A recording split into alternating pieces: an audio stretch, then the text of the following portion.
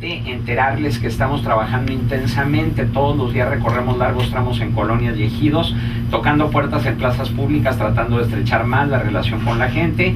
Licenciado Ceballos, espero su comprensión y consideración para este servidor suyo y de nuestra sociedad. Atentamente, licenciado Salomón Juan Marcos Isa, candidato a diputado del PRI por el 5º distrito. Es la carta que envió el candidato. La conclusión es que no está. La conclusión es que no está. Y bueno, pues ya está con nosotros, ya llegó el candidato del PAN, Javier López Macías. Con ellos vamos a iniciar este encuentro de propuestas. Javier. Muy buenos días, pues muchas gracias por la invitación. Lamentablemente no estamos todos los que debemos de estar, donde el debatir frente a los ciudadanos es un derecho de los ciudadanos. Bueno, yo soy Javier López, nacido aquí en Torreón, tengo 42 años de edad, estoy casado, tengo 4 hijas. Estudié en escuelas públicas aquí en la ciudad, en la Carrillo Puerto, en la Federal número 1 la secundaria, la preparatoria Prefema. Después en la Facultad de Contaduría y Administración hice la carrera de Relaciones Industriales. Después ya hice una maestría en el Tecnológico de Monterrey, con especialidad en finanzas. Luego una de alta dirección en el Instituto Panamericano de Desarrollo de Alta Dirección, en IPADE. Y bueno, me he dedicado los últimos 9 años de mi vida a trabajar por la gente.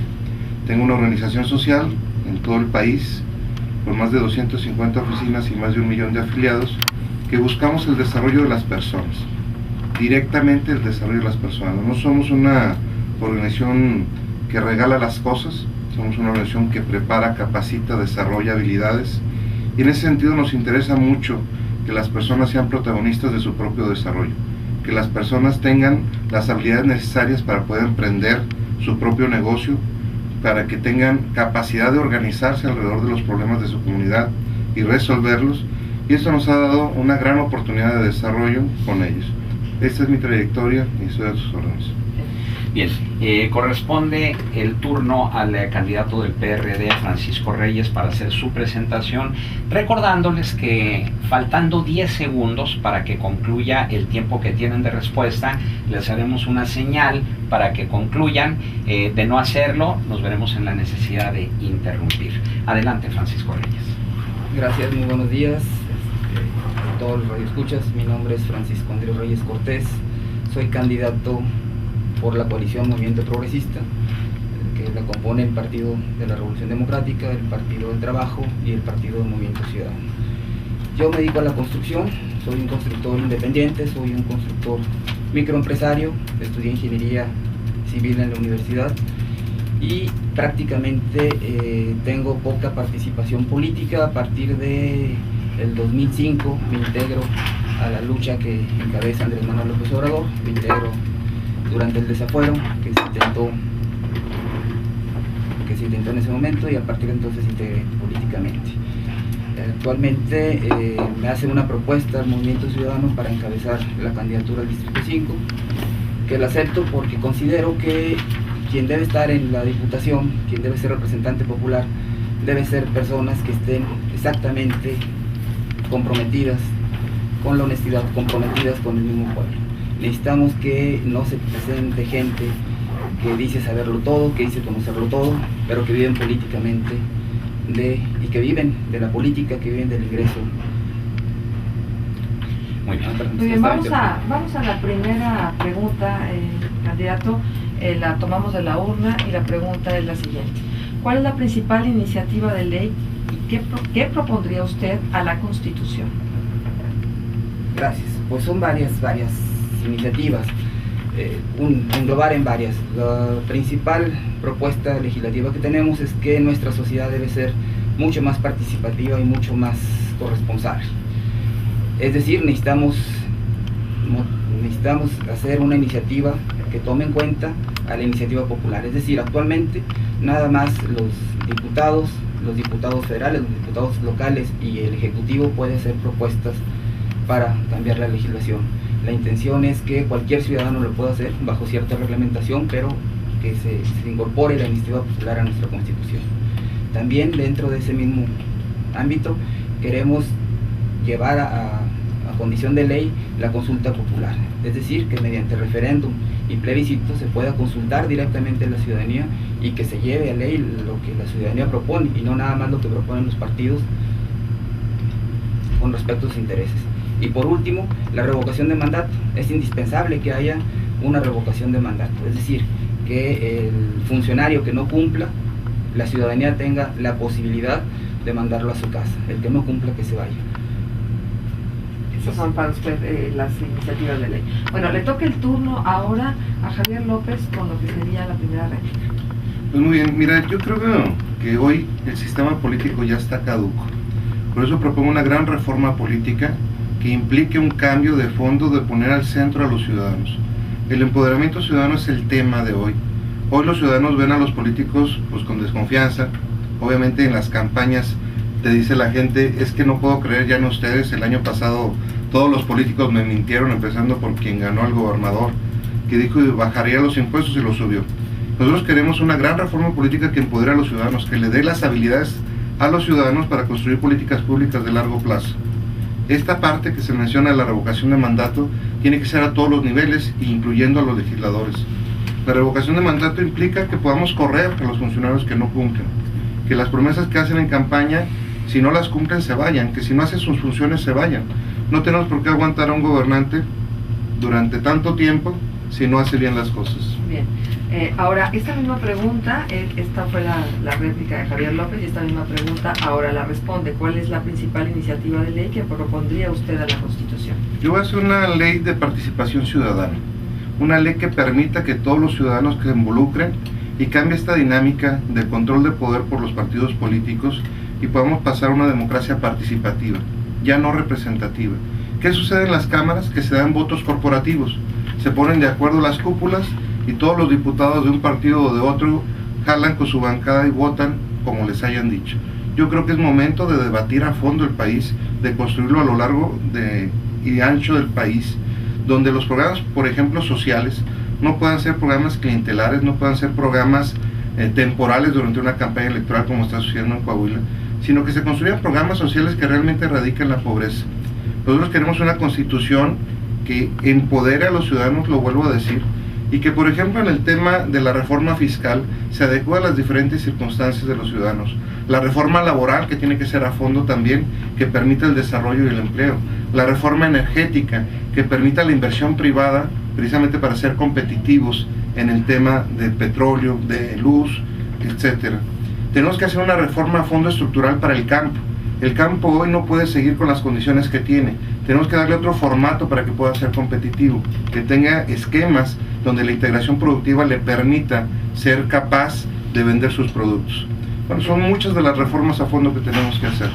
Ahora, la réplica de parte del candidato del movimiento. ¿Cuál es la principal iniciativa de ley que propondría usted a la Constitución? La réplica a lo dicho por Javier López. Bueno, pues celebro que el candidato del PAN esté de acuerdo en que haya un empoderamiento.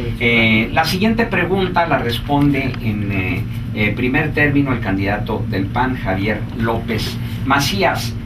¿Qué opina de la libertad de expresión en los medios de comunicación locales?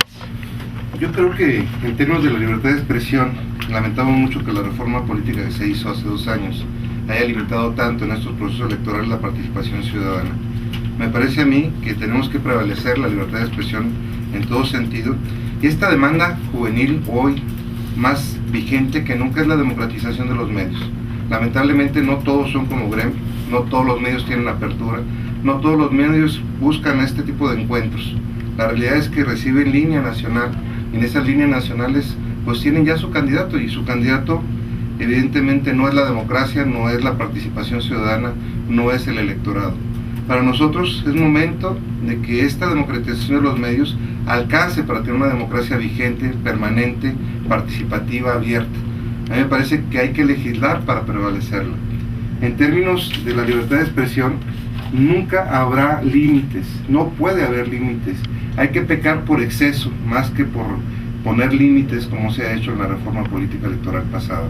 A mí me parece que es el garante de la democracia el hecho que podamos tener medios abiertos, el hecho que podamos tener medios críticos, el hecho que podamos tener medios donde se debata el desarrollo del país en el mediano y en el largo plazo.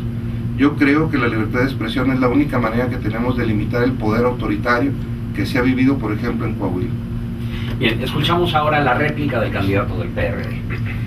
Pues sí, el derecho a la libertad de expresión es un derecho fundamental para el desarrollo de la sociedad, para la democracia en sí mismo.